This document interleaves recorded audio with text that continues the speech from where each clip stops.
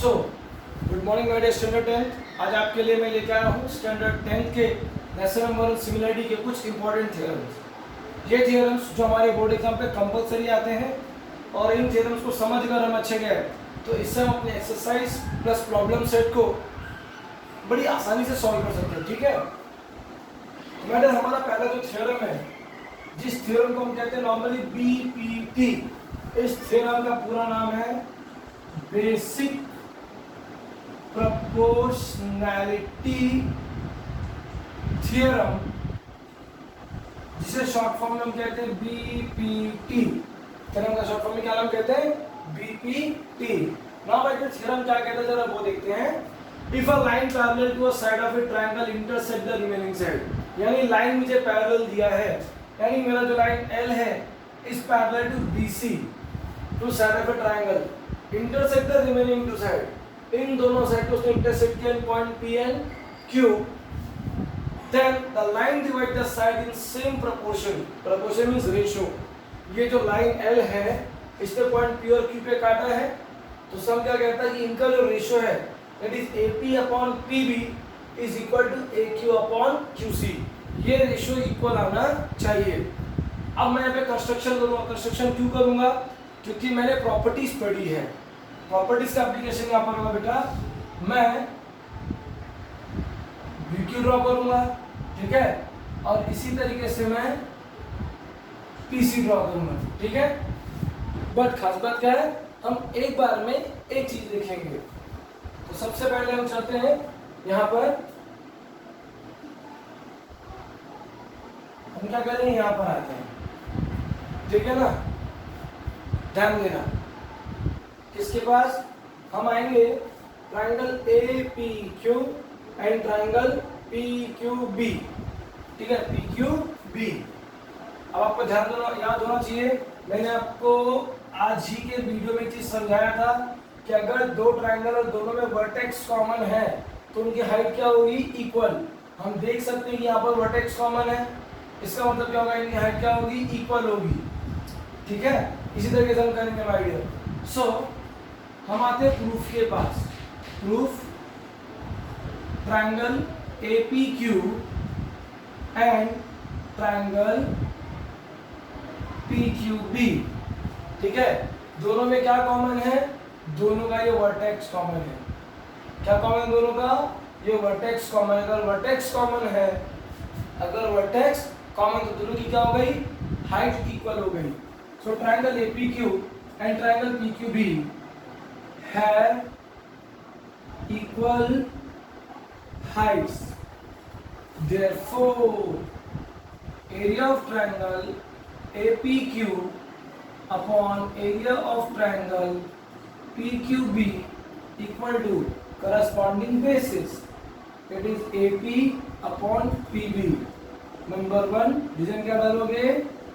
Areas proportional to their bases, areas proportional to bases। इसी तरीके से माय डियर सिमिलरली जब मैं यहाँ पर कंस्ट्रक्शन करता हूँ PC का, ठीक है, और अब अगर मैं ध्यान से देखूं, इसको भी रब कर दूं, इसको भी रब कर दें, और अगर हम ध्यान से देखें तो वापस से P क्या हो गया? P कॉमन वर्टेक्स हो गया मेरा दोनों के लिए, ठीक है। That is triangle APQ and triangle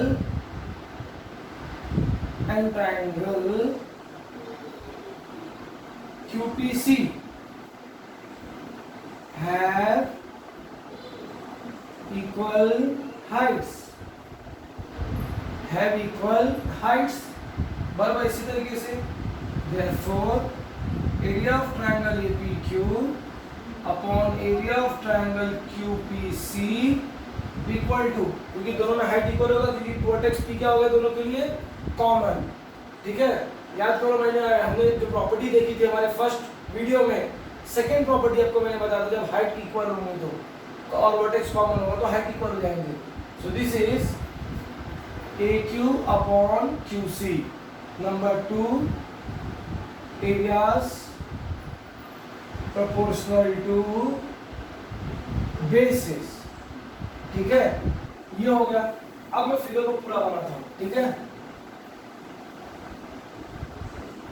अच्छा यहाँ पर आ गया, बट सर हमें तो दोनों को इक्वल दिखाना है, ये इक्वल का है सर। अब अगर मुझे इनको इक्वल दिखाना है तो इनको इक्वल दिखाने से पहले मुझे कुछ काम करना पड़ेगा। सर क्या करना पड़ेगा बताता हूँ, घबराइए आराम से। माय डियर, अगर ध्यान से देखो हमें गिवन में क्या दिया है, line L is parallel to BC, ठीक है। Line L is parallel to line BC, और हम ध्यान से देखें तो यहाँ पे दो ट्रायंगल बने हुए हैं।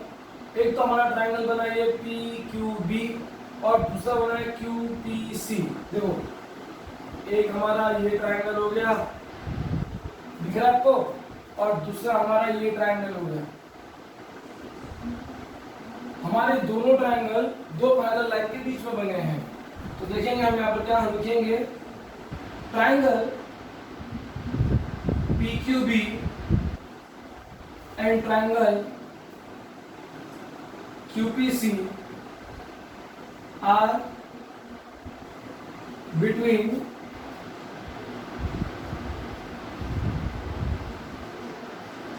parallel lines, ठीक है। ये दोनों किसके बीच में है, पैरेलल लाइंस बीच में है। किसके बीच में है, triangle PQB and triangle QPC are between two parallel lines,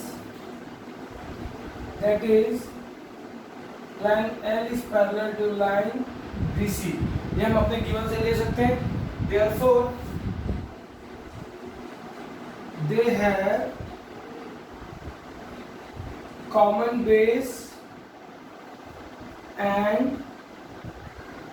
equal heights, ठीक है। मैंने आपको समझाया था कि जब कोई दो ट्रायंगल दो पैरेलल लाइन के बीच में मिलेगा तो उनका बेस कॉमन होगा और हाइट इक्वल होगी, और जब ऐसा होगा तो उनके एरिया क्या होंगे, उनके एरिया इक्वल होंगे। Therefore area of triangle PQB is equal to area of triangle QPC। Number 3। अब 3 क्यों, ये ध्यान दो। पार्ट 1 में आपके ऊपर क्या लिखा है, किलोमीटर में APQ, 2 में भी क्या लिखा है APQ, ठीक है। यहाँ पर नीचे क्या है PQB, यहाँ पर नीचे क्या है QPC, और थर्ड में मैंने क्या दिखा है कि ये दोनों भी इक्वल है, नीचे वाले भी इक्वल है। तो जब दोनों का लेफ्ट हैंड साइड इक्वल हो जाएगा तो right hand side automatically equal हो जाएगा। तो कैसे लिखेंगे, therefore area of triangle APQ upon area of triangle PQB equals to area of triangle APQ upon area of triangle QPC। कहाँ से मालूम पड़ गया, फ्रॉम 1 to 3, फ्रॉम 1 to 3। अब जब ये दोनों साइड इक्वल हो गए तो अल्टीमेटली ये साइड भी इक्वल हमारा हो जाएगा, ठीक है। जब हमारे ये दोनों इक्वल हो जाएंगे तो अल्टीमेटली ये भी हमारा इक्वल हो जाएगा, ठीक है ना। सो finally my dear, therefore AP upon PB equals to AQ upon QC। कहाँ से मालूम पड़ा, from 1 and 2, hence proof, ठीक है, hence proof।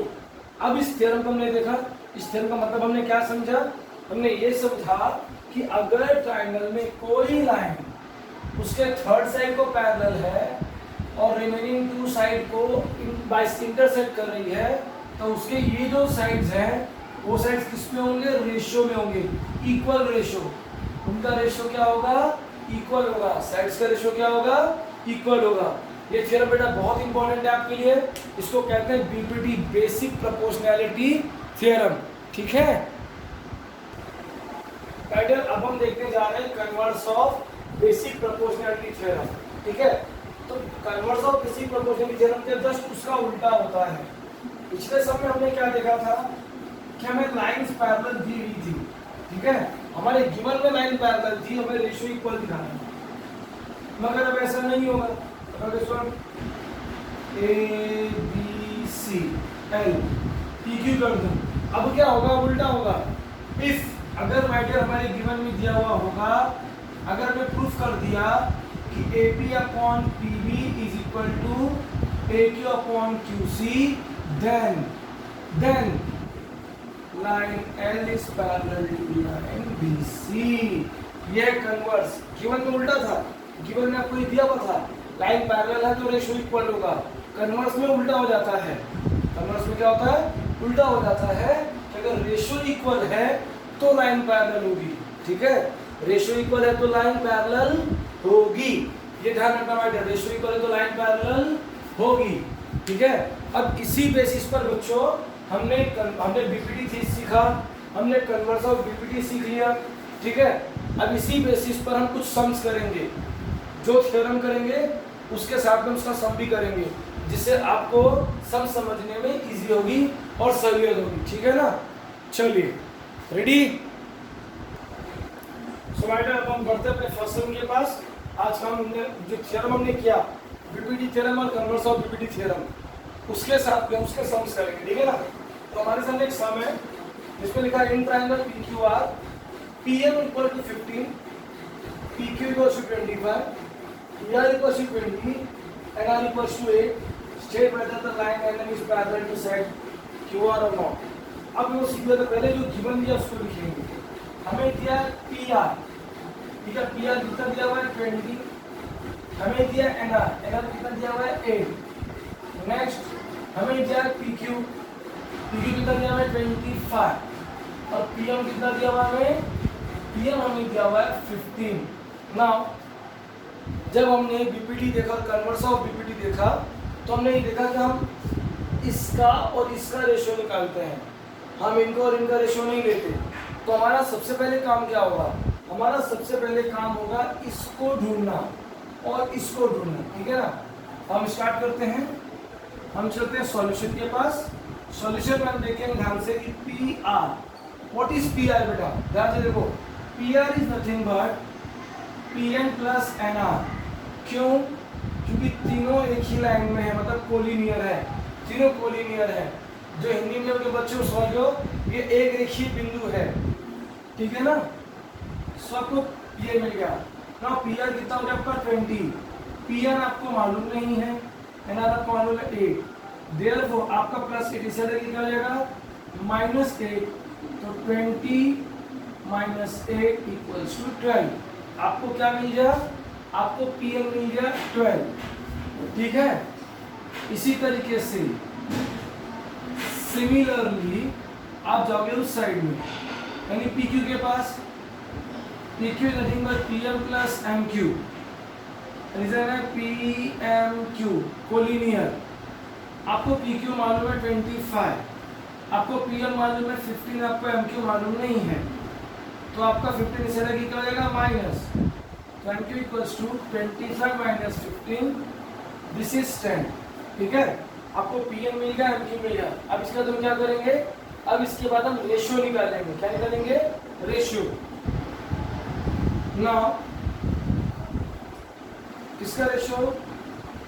PN upon NR। PN upon NR क्या है? 12 अपॉन 8। दोनों किसके टेबल में आते हैं? 4 के। 4 3 जा 12, 4 2 जा 8, नंबर 1। इसी तरीके से वहां चलते हैं, PM upon MQ।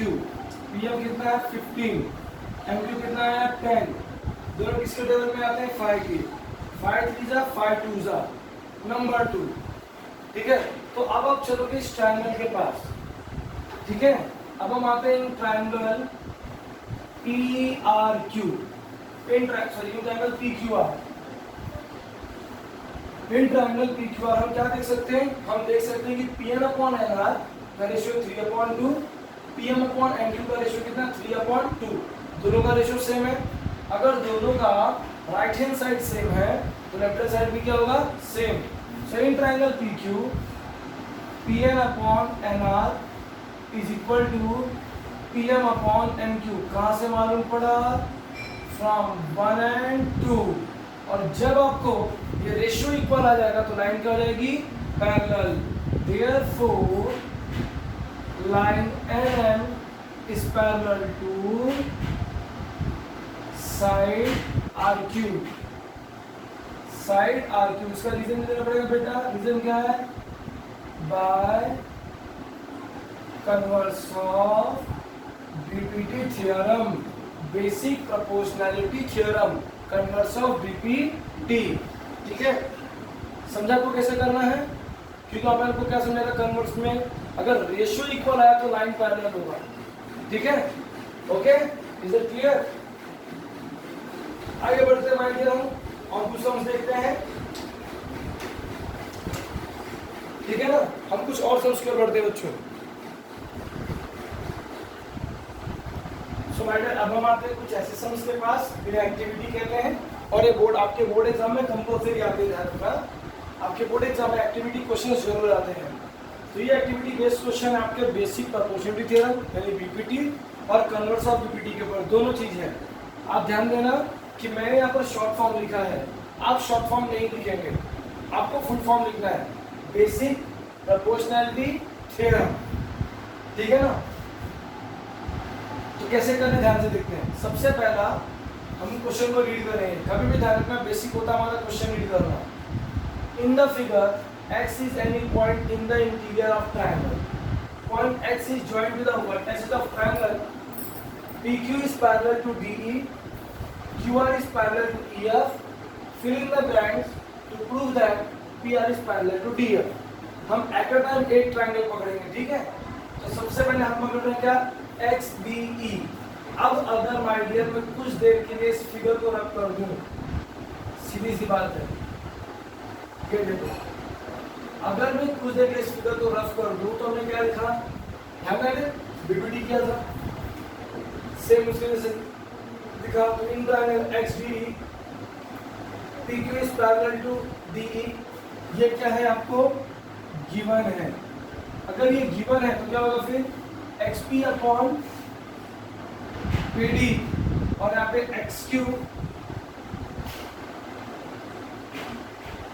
XQ upon QE।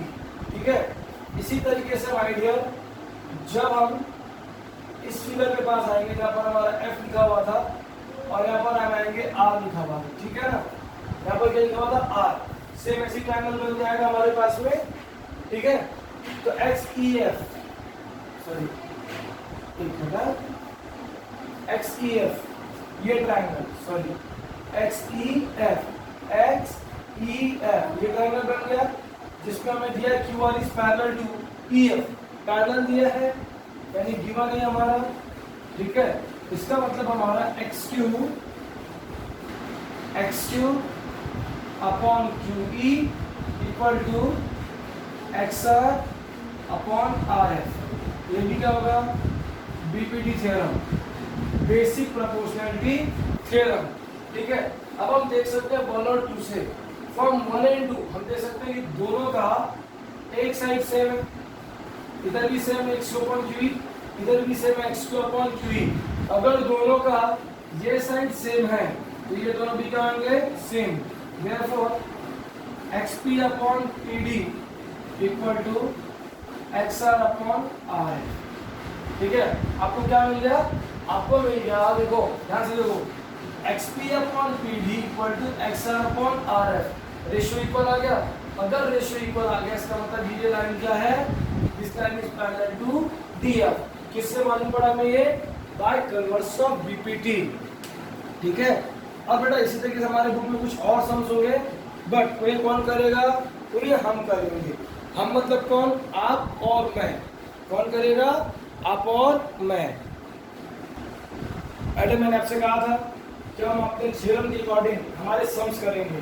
तो माय डियर आप देख सकते हो कि यहाँ पर मैंने पीडी लिखा है, पीडी का मतलब है प्रॉब्लम सेट, और ये हमारे प्रॉब्लम सेट का क्वेश्चन नंबर 7 है। ये ध्यान रखिए, ये हमारे प्रॉब्लम सेट का क्वेश्चन नंबर 7 है। देखो कितना समय इजी है। फिर आप कहते हो सर प्रॉब्लम सेट तो बहुत हार्ड है। बिल्कुल है बेटा, आप थ्योरम्स और उसके अकॉर्डिंग सम्स करोगे तो आपको बिल्कुल हार्ड नहीं लगेगा। देखो कैसे, हम सीधा यहाँ पर सॉल्यूशन के पास आते हैं। हमारे सामने ट्रायंगल दिया हुआ है, ठीक है, और हमें गिवन वगैरह सब कुछ दिया हुआ है। ये देखो हमें गिवन में अभी पूरा BC, ये पूरा BC आपको दिया हुआ है 6.4 फुल BC। तो हमने क्या किया, हमने B को क्या ले लिया X। अब अगर हमारा BE X हो गया तो BC कितना होगा 6.4 माइनस x। सीधी सी बात है, सिंपल सा लॉजिक है। मैंने कहा कि मेरे इस जेब में 10 रुपए हैं, ठीक है, और इसमें से अगर मैंने 2 रुपए इसमें निकाल लिए तो यहाँ कितने बचेंगे 8 बचेंगे, माइनस किया हमने। सेम उसी तरीके से यहाँ पर BC पूरा 6.4 था, BE को हमने क्या ले लिया x। अगर हमने BE को x ले लिया तो इसे हमारा क्या हो जाएगा 6.4 माइनस x। अब आगे बढ़ते हैं, सम के पास आते हैं, ठीक है। ये आप देखो तो वैसे भी कर सकते हैं। स्टार्ट करते हैं क्या, in triangle ACB, in triangle ACB set DE is parallel to side AB, ठीक है। ये क्या हमको गिवन, ये हमें क्या है गिवन। देयरफॉर हम रेशियो ले लेंगे, ठीक है ना। देयरफॉर आप चलो ऐसे लिख सकते हैं, therefore AD upon BC equal to BE upon EC, ठीक है। इधर क्या है बेसिक प्रोपोर्शनैलिटी थ्योरम। क्यों लिख रहा हूं, क्योंकि आप ये ना कहो सर आपने हर जगह को हाफ ऑफ लिखा, समझा रहा हूं। शॉर्ट फॉर्म नहीं लिखा जाता बोर्ड एग्जाम में, फुल फॉर्म लिखते हैं, ठीक है। अब AD का वैल्यू कितना है 5, ये कितना है 3, this is x, this is 6.4 minus x, ठीक है। क्या करेंगे क्रॉस मल्टीप्लाई करेंगे, ठीक है ना।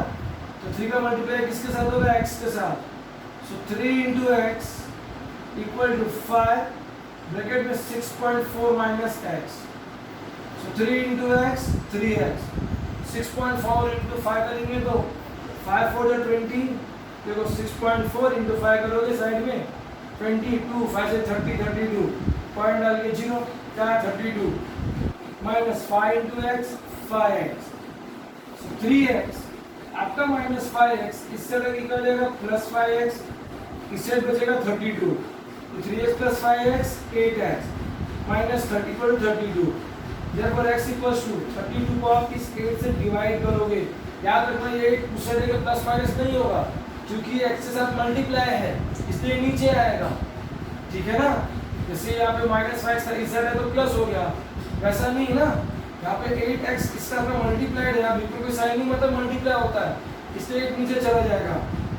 तो आपके x की वैल्यू क्या होगी 4, 8 4 या 32, सो देयरफॉर आपको बोला था फाइंड BE, और BE क्या है x, तो x इक्वल्स टू 4 यूनिट्स, ठीक है ना। x इक्वल्स टू 4 यूनिट्स, ठीक है। आपको BE मिल गया, BE equals to 4 unit, clear है। तो इस तरह के सम को सॉल्व करने का आइडिया। अब इसके बाद हम आगे बढ़ते हैं।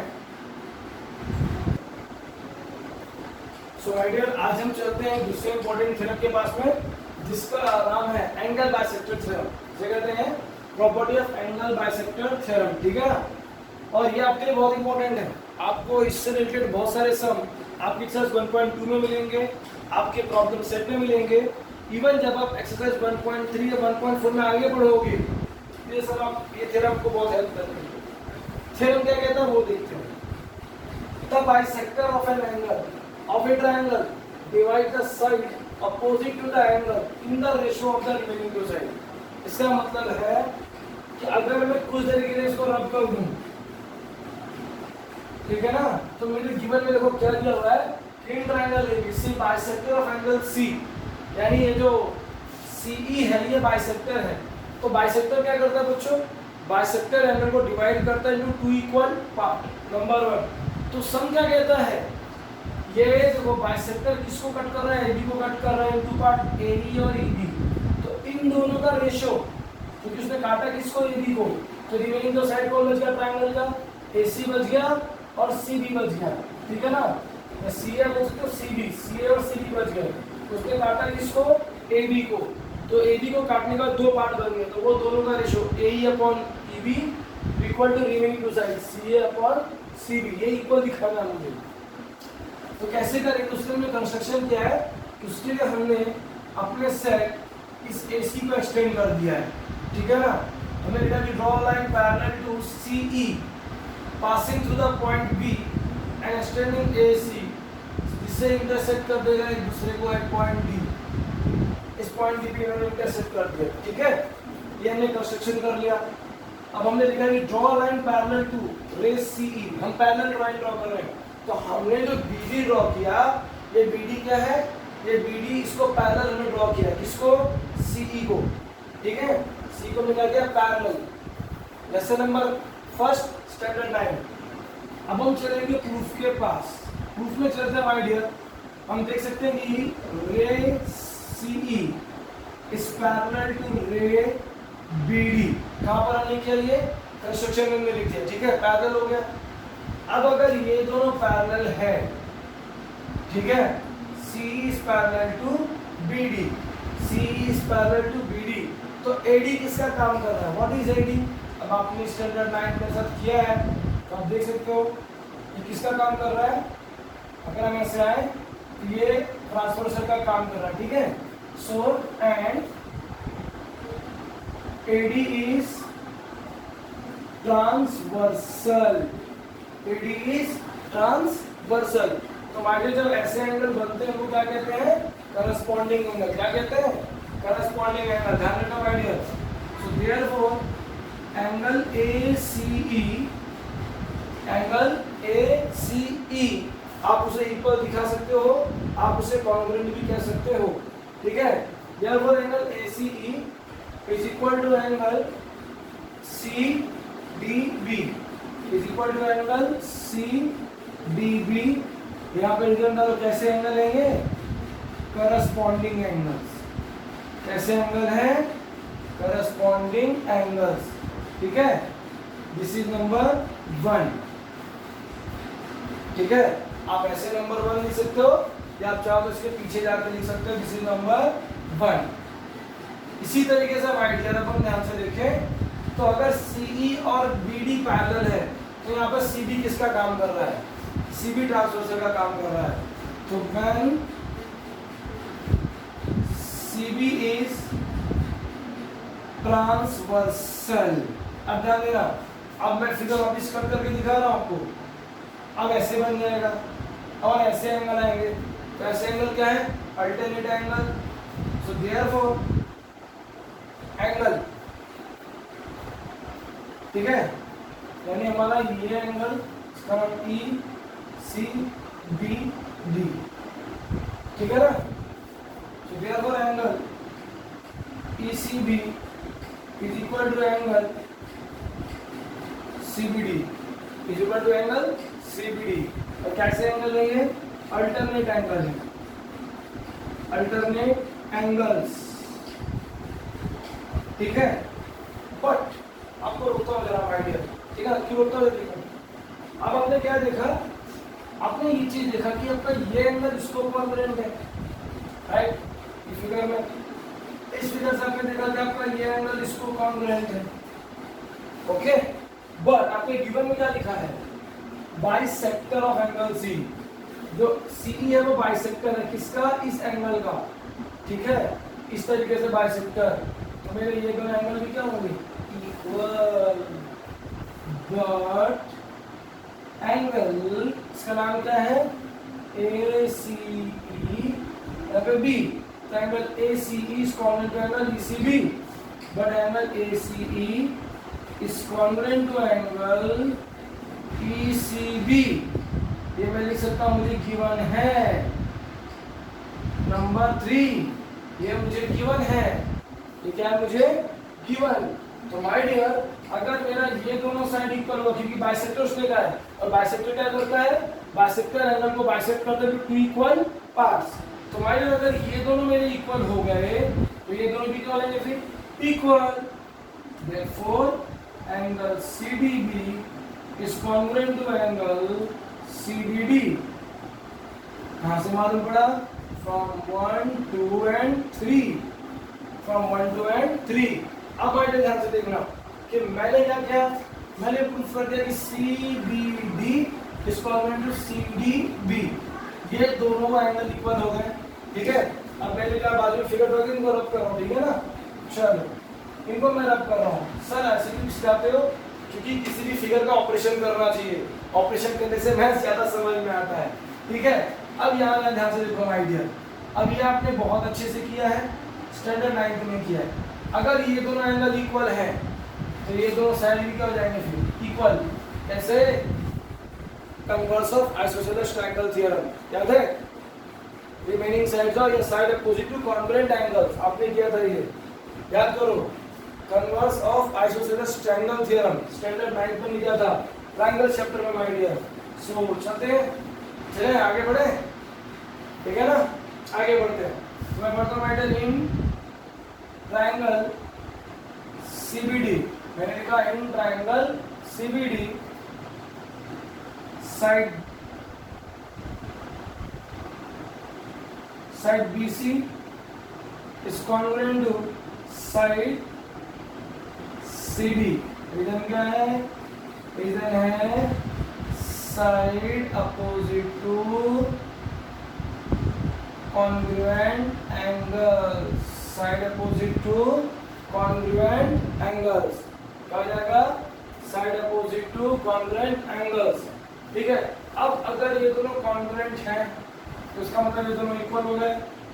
Therefore BC equal to CD, therefore BC equal to CD, ठीक है? BC equal to CD, clear है ना? This is number 4। कितना हो गया? अब बच्चों थोड़ा बोर्ड ऊपर गलत कर दो, ये मेरे पास इतनी जगह नहीं है। ज्यादा नहीं रख पाऊंगा, थोड़ा सा ही रख करूंगा, जो मुझे प्रूफ करना है वहीं पे जाऊंगा, उसके ज्यादा आगे नहीं जाऊंगा, ठीक है ना? ये यस यस यस, ठीक है ना? अब आगे बढ़ते हैं माइंड, ठीक है? हमने ट्रायंगल लिया था CBD। सर CBD क्यों लिया था? रीजन था, दिखाता हूँ क्यों लिया था। नाउ इन ट्रायंगल ABD, अब मैं सीधा बड़ा ट्रायंगल ले रहा हूँ, ध्यान देना। मेरी आदत है मैं फिगर का कभी भी ऑपरेशन करता हूँ। ABD जिसमें आपने ये दिखाया हुआ है CE पैरेलल है। अब बताओ किसके साथ दिख रहा है? कोई आ गया BPT, इसीलिए कहा था आ गया BPT। अब आप देख सकते हो कि आपने वहां पे क्या लिखा था कि ray CE is parallel to side BD। कहां से मालूम पड़ा था? ये कंस्ट्रक्शन, ये आपने कंस्ट्रक्शन में लिखा था। ये देखो ड्रॉ लाइन पैरेलल टू रे CE, ठीक है? तो ये आपने कंस्ट्रक्शन में लिखा था, पैरेलल हो गया। अब अगर ये पैरेलल है तो मैंने क्या कहा था? आपको पैरेलल दिखा तो क्या लगाना है? सीधा BPD लगा देना है। Therefore AC upon CD equals to AE upon EB। Basic proportionality theorem, ठीक है? बट 4 में ध्यान से देखो, 4 में क्या लिखा है? BC is equal to CD, यानी मैं CD की जगह पर क्या लिख सकता हूँ? BC लिख सकता हूँ। सॉरी हमने इसको लिखा है ऐसे लिखा है, हम इसको चाहे तो CA भी, सॉरी हाँ, इसको CA अपॉन CD और इसको BC भी लिखते हैं, इसको C भी लिखते हैं, ठीक है? जो ग्रुप में लिखना बेटा वो लिखते हैं, नाम मतलब सेम है बट राउंड होना चाहिए, ठीक है ना? So therefore CA upon CD equals to AE upon EB। कहाँ से मालूम पड़ा? फ्रॉम 4, मैंने नंबर डाला 4 में आप देख सकते हो कि CB is equal to CD, मैंने CD के बाद CB लिखा। अब मालूम पड़ा क्यों? मैंने क्यों इसे आइसोसेलेस ट्रायंगल का प्रूफ किया था? क्योंकि अगर मैं ये नहीं करता तो रेशो में क्या आता है? AC अपॉन CD आता, और मुझे CD थोड़ी ना चाहिए मेरे प्रूफ में, मुझे क्या चाहिए था? BC चाहिए था। इसीलिए मैंने आइडिया इसको आइसोसेलेस ट्रायंगल प्रूफ किया, ठीक है? देखिए समझिए, आपको जो भी डाउट हो उसे जरूर कहिएगा, इसलिए मैंने आपको एक स्टेप क्लियर किया है, ठीक है ना बच्चों? मैडम अब हम देखेंगे converse of angle bisector theorem. बच्चों ये भी BPD के जैसा ही है, कन्वर्स में भी उल्टा हो जाता है जस्ट, ठीक है? अब अगर देखो पिछले सम में क्या था? मुझे लाइन बाइसेक्टर दिया था और मुझे प्रूफ करना था रेशियो इक्वल है। अब क्या होगा? अब मुझे गिवन में दिया रहेगा कि BE upon EC is equal to AB upon AC। अगर मैंने ये प्रूफ कर दिया, अगर मुझे मिल गया कि BE upon EC is equal to AB upon AC, then तब मैं क्या बोलूंगा? तब मैं बोलूंगा कि रे AE is bisector of angle BAC। अब समझ में आया? अगर अब मुझे रेशो इक्वल मिल गया इस तरीके का रेशो, तो मैं बोल सकूंगा कि वो जो लाइन है वो किसका काम कर रही है? वो बाइसेक्टर का काम कर रही है। किसका काम कर रही है? बाइसेक्टर का काम कर रही है। किसका काम कर रही है? बाइसेक्टर का। आपको बोर्ड पे ध्यान देना है। स्टैंडर्ड 10th मैंने बोर्ड पे कुछ लिखा हुआ है, ध्यान से देखो। मैंने लिखा है question number 3, question number 6, question number 8, question number 9। Actually my dear exercise 1.2 के क्वेश्चंस हैं। जिसके पहले मैं आपको बीपीटी के सम्स कराए वो भी 1.2 के थे, कुछ प्रॉब्लम सेट के थे। यहाँ पर भी माय डियर ये सब 1.2 के हैं। और अगर ध्यान से देखा जाए तो आपको इसी टाइप का सम आपके प्रॉब्लम सेट में मिलेगा माय डियर, और वो होगा प्रॉब्लम सेट का क्वेश्चन नंबर है ही नहीं, चलो लेट इट बी, उससे अलग समझाएंगे, ठीक है। बट सी 3, 6, 8, 9 ये चार के चारों सम सेम इसी तरीके से सॉल्व होंगे। 3, 6, 8, 9 जिस तरीके से मैं सम को सॉल्व कर रहा हूँ, ठीक है। कैसे करना है वो देखो। सबसे पहले इन ट्रायंगल MN3 आपको दिया गया वो लिखो। NQ is bisector of angle M, ठीक है। ये क्या हो गया? हमको गिवन हो गया। Therefore, अब बाइसेक्टर थ्योरम क्या था? हमने कहा था कि इस पॉइंट से इस साइड को बाइसेक्ट कर रहा है, तो इनका ratio that is QM upon QP, इसका रेशो ये रिमेनिंग टू साइड के रेशो के इक्वल के बराबर होगा। सो देयरफॉर स्टार्ट करें। So therefore NM upon NP, NM upon NP या PN, सॉरी उसने MN बोला है। So MN upon PN is equal to NQ upon QP by angle bisector theorem property, by angle bisector theorem property, angle bisector theorem property, ठीक है ना। Bye angle bisector theorem property आपको इतना लिख देना है। ये 3 लाइन हो गया। इसके बाद आपको क्या करना है? आपको वैल्यू पुट करनी है। MN की वैल्यू 5, PN की वैल्यू 7, दिस इज 2.5 और ये QP क्या करेंगे? क्रॉस मल्टीप्लाई, तो 5 इंटू QP हो जाएगा एंड 2.5 इंटू 7 हो जाएगा। सो QP आप चाहे तो इसको मल्टीप्लाई कर लो, नहीं करना तो कोई दिक्कत नहीं है, ठीक है ना। मल्टीप्लाई करो तो 7 5 है 35.33, 7 2 14 और 3 17। आपका ये 5 नीचे आ जाएगा। QP इक्वल टू, अब जिसको डिवाइड ना आता हो बोर्ड देखे, 5 3 15, 17 में से 15 का 2 पॉइंट आना, पॉइंट डालने यहाँ पर 525, 5 5 25। क्या आंसर आया? 3.5। So this is 3.5 units. Okay, in this way आपको QP मिल गया। तो हमने कहा कोई प्रॉब्लम क्वेश्चन प्रैक्टिस सेट 1.2 का question number 3, question number 6, question number 8 और 9 आपको इसी तरीके से बच्चों सॉल्व करना है, ठीक है। So thank you for watching this video. 1.2 से रिलेटेड सम्स हम अगले वीडियो में करेंगे और आगे थ्योरम भी करेंगे, ठीक है। Thank you.